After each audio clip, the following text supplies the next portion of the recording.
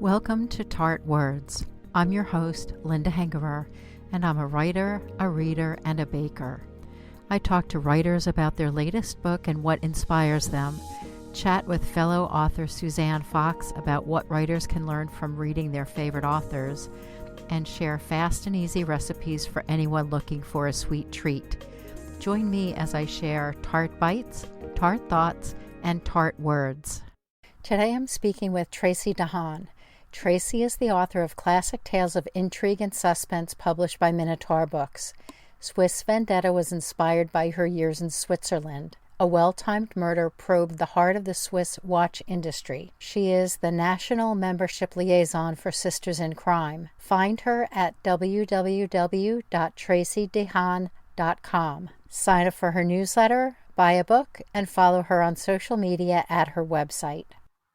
Welcome to the podcast, Tracee. I'm really looking forward to talking with you today. Linda, I'm thrilled to be here. Tell me about your latest book. I guess you could say there are two kinds of latest books. The latest one that's out there in stores is A Well-Timed Murder. I've written two books set in Switzerland. My husband is Swiss, and we lived there for some years, and that was the inspiration for those books. And A Well-Timed Murder is a follow-up to the first one, Swiss Vendetta. They can be read independently of each other. The first one was very much inspired by a tremendous ice storm in Switzerland, and you don't think of Switzerland as caring about ice and snow, but not every part is set up for ice and snow all the time. That really inspired the story of, what could happen under the cover of a big snowstorm. Now, the second one, A Well-Timed Murder, a little bit inspired by the idea of Switzerland as a very cosmopolitan place. Lots of people travel there. It's in the center of Europe. You can come from France and Germany and Italy and all these places. They have 4 national languages, all these kind of international bits that also applies to my husband's experience when he was at boarding school. And so at boarding school, it's a relatively small community. It was all boys back then at the school, and they came from all over the world. So it was like a microcosm of the adult world of Switzerland. And I thought, wow, that has a lot of potential for strange things to happen, for the mystery to come into that life. And then I, of course, have the new book that I'm working on.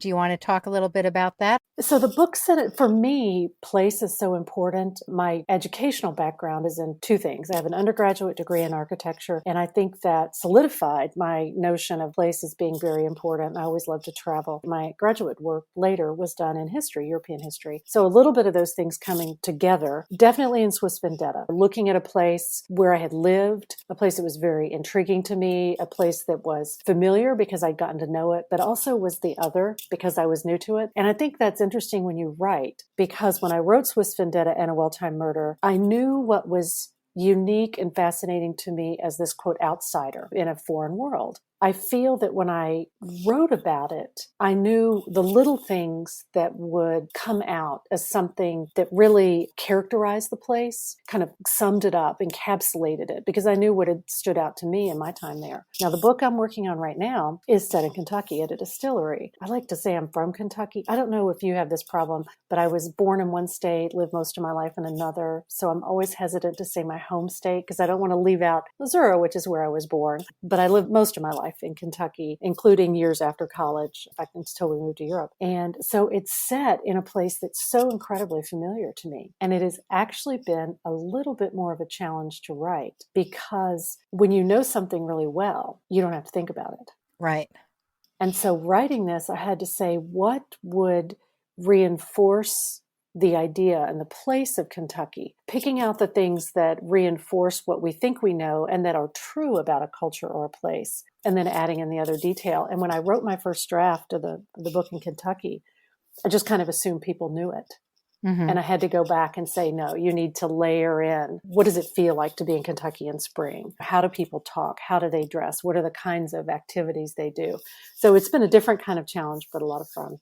Yeah, and I think a lot of people know Kentucky, if they know it at all, from the Kentucky Derby, which is the first Saturday in May. So it's springtime, and a lot of times it's been rainy, so the track is a mess, but you're used to seeing flowers and green and the beginning of life again after a cold winter when things sort of go fallow. in this one instance, I had a really strong physical idea, and it was based on my sister, which is a compliment. My sister's very attractive. You're elevating her to a main character, and that's because you like your sister. I don't know that you would want to spend time with a character you didn't like. Right. But I'm giving her a life that is very different than my sister. So, really that's where everything else becomes fiction. But it was the starting point for kind of the physical person that we would see. And I had, and again, I'll just extrapolate. None of the bad stuff is about my sister, but maybe my sister and me together, kind of an easy childhood, things fine. As my sister and I say, anything we didn't like, we've forgotten. we've scruffed from our memory. And then what if something bad happens to you? Something that you didn't see coming, and it undermines how you feel about everything. And you think, well, was I just so naively trusting of everything before? Do I trust my instincts going forward? If somebody, this involves her husband, this comes out in the first 3 pages, her husband kind of being a very bad person and she didn't know it. And you say, how does that undermine my whole life? And so my sister's never had anything like that happen. But it was a little bit like, what would someone like her, what would it mean if her life was transformed by this external force? So I was able to start to say, that's going to be the start of my book. We take a kind of average girl from Kentucky and your life is upended. And I couldn't resist the distillery business. I do drink bourbon myself. And so that was fun. Research. And they've been so welcoming as a group. Bourbon Women is a group out of Louisville, statewide really, but their headquarters. And then also people who, are master distillers at different distilleries have been really welcoming to me and have spent a lot of time with me and willing to answer questions and help me get things right. And that's been a lot of fun. And there is that fine balance between that part of your character's life and then the main thrust of the story, the crime in this sense, the crime that they're solving. So it's been fun kind of putting these bits of distillery in and learning about it. The beauty part is learning about a particular subject and then using what serves the story versus everything that you've learned. Everything you've learned doesn't need to go in the story, but certainly what you've learned can enhance the story because of the specialized knowledge. Yeah, and it's interesting too, because I've reached out to quite a few people, and there's a father and daughter who are both very engaged. He's a retired master distiller who now consults with many distilleries, and his daughter does marketing and really the business consulting side with different distillers. And so they come from 2 different points of view in their true hardcore professional life, and we'll be on these group emails together. I'll send them draft copies and I'll get their responses. And it's funny how their responses, it's not that one is right and one is wrong, but let's face it, sometimes there are things you have 2 opinions on. And so it's nice because you can see the space for interpretation, the space to say not everything is a right or wrong. Some things are, well, it could be that way or it could be this way. But some things are just perspective. Right. They'll point out, oh, you can decide, as opposed to, no, this is how it has to be. And it's nice to learn that too. What are the things that really have to happen and what are the things that you can decide? What is law and what is good manners, in a way, in custom? And so that's been a lot of fun to look into and to do the research on. And I've had fun every once in a while posing a question, maybe from something I saw in person or something I've read, and having them say, I don't have to think about that. Fortunately, I had done quite a bit of in-person research, and then, of course, the pandemic hit, and so everything's been on email since then, and I got slowed down in my writing, so it's all going to work out. Do you have a writing routine or schedule? I'd like to say I do. I think that throughout the course of life, sometimes your schedule just changes. And I have had to realize that while I used to be a night person, I am not anymore. Age, it changes your body. It changes your body. And also maybe we just get smarter and realize that we do not have to be up late to do something. I do realize that my clearest thinking and my most creative thinking happens in the morning. So for example, today I had a lot of emails and things that had fallen through the cracks, and I really had to spend this morning catching up on that. So catching up on kind of the business side of things. I'm much better off if I get up and get to writing right away and do the real creative things, particularly if I'm writing from scratch or if I'm doing significant creative changes, like where you've realized that the scene does what it needs to do, but not quite. It needs a little bit of, maybe the action's not quite right, and you're really doing the writing. I need to do that in my most creative way.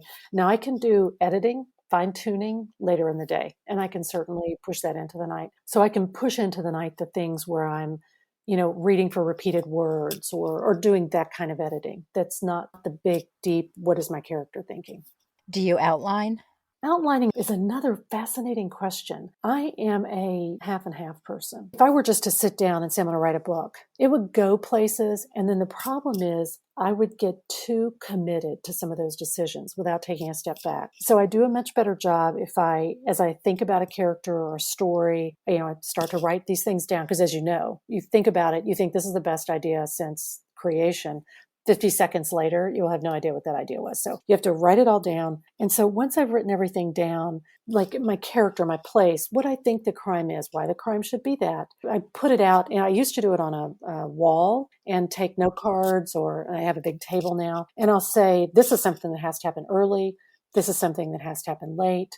And I'll kind of put them on a big outline like that. And the scratching you've heard, hopefully that you can edit out, is my dog who refuses to leave the room, but every once in a while wants to leave the room. So in my process, I'll have these random ideas. It might be a scene that I have in mind. It might be an incident. It might be a certain character that I think is important. It might be a clue. It might be, I almost always have how I want it to start. And I almost always have the resolution and who did it. These things may all change. And what I do is I take a big piece of white paper and I line it out. So I just say, my books are going to be approximately X number of words, which translates to, let's call it 330 pages. Let's just put that number out there. Mm-hmm. And I'll say, okay, if I think this is my opening scene, let's slap that card at the beginning. If I think I know where it's going, let's slap that near the end, because you'll have a bit of a denouement kind of coda wrap up. Mm-hmm. And then I'll have whether it's a scene or an idea or whatever, and I'll think, well, that seems like it's pretty late. Like that's something that's going to really be the wrap up moment. That's going to be the how did she figure it out moment. And I'll put that 2/3 the way in. And I'll start with all these. Now, the interesting thing is I'll take a picture of it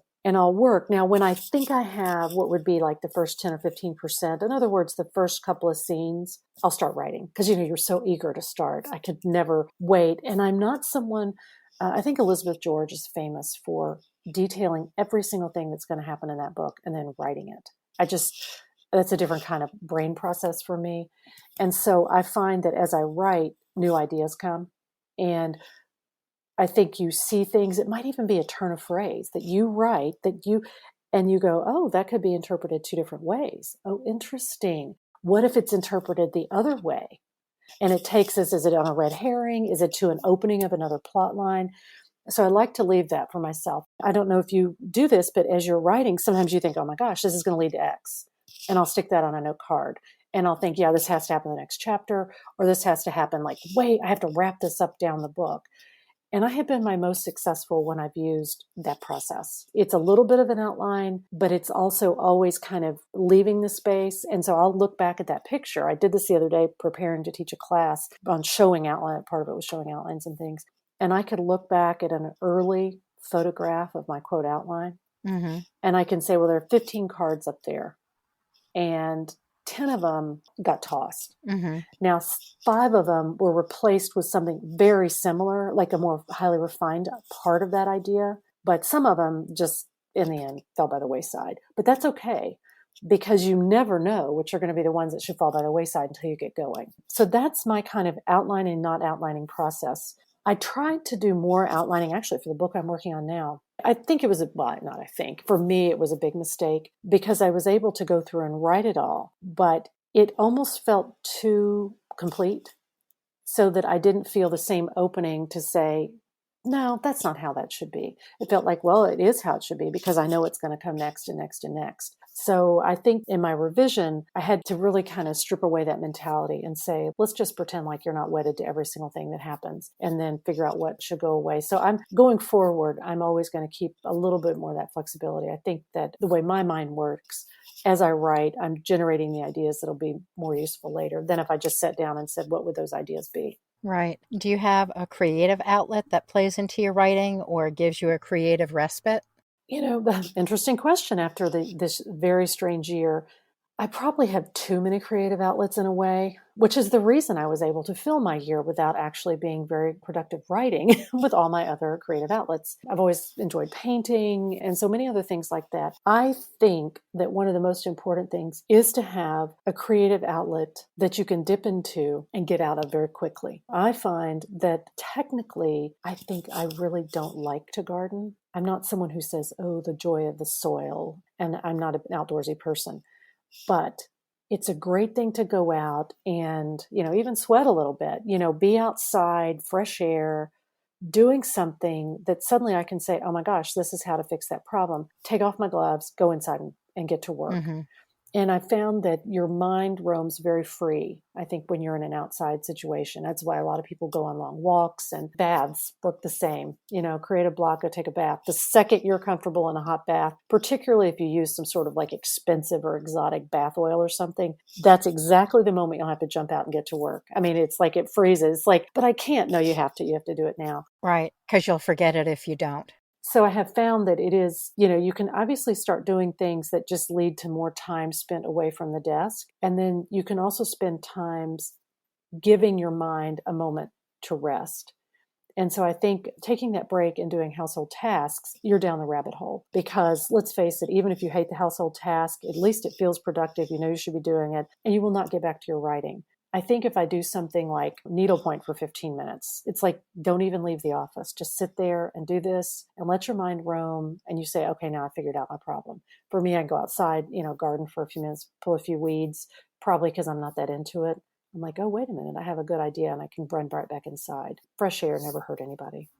I agree. And I do think that the physical action of I crochet or doing needlepoint or something physical does help let your mind work the problem in the background so that you do get that idea coming to the forefront.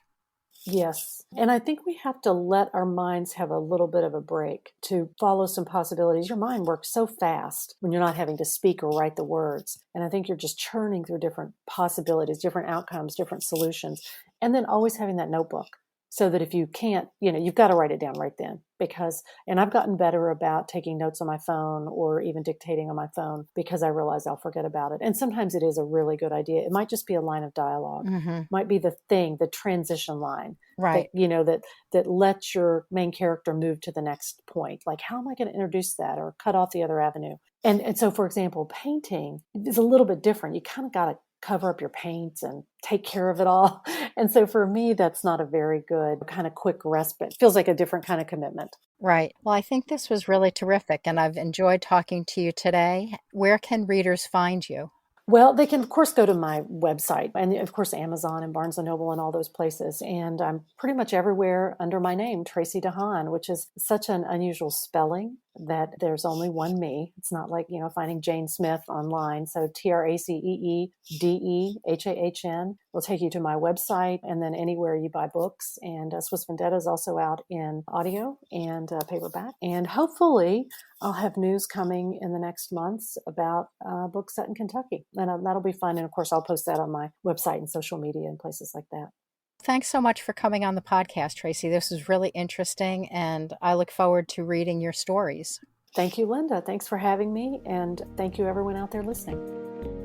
Thank you for joining me this week. To view the complete show notes and the links mentioned in today's episode, visit tartwords.com/tart230. Before you go, follow or subscribe for free to the podcast to receive new episodes when they're released. Follow now in the app you're using to listen to this podcast, or sign up for email alerts through an easy sign-up form for bakers, readers, and or writers at tartwords.com/about.